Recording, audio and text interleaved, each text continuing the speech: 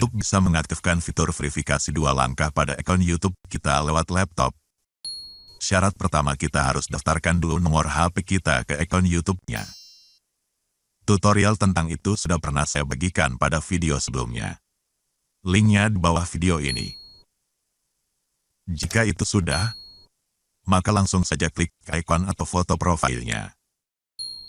Lalu pilih akun Google.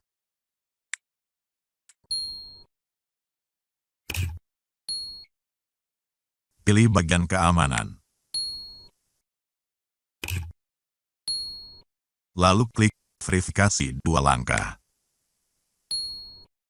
Aktifkan verifikasi 2 langkah. Selesai.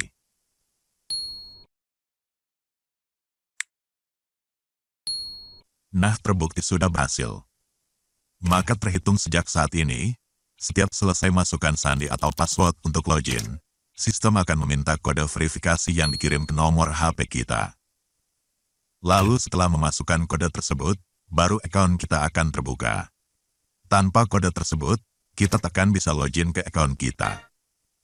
Itu artinya tingkat keamanan akun kita benar-benar kuat. Tak ada lagi yang bisa menyalahgunakannya. Walaupun sandinya sempat diketahui orang. Karena kunci pembuka terakhirnya adalah kode verifikasi yang masuk ke HP kita tersebut. Sedang yang memegang nomor HP-nya adalah kita sendiri.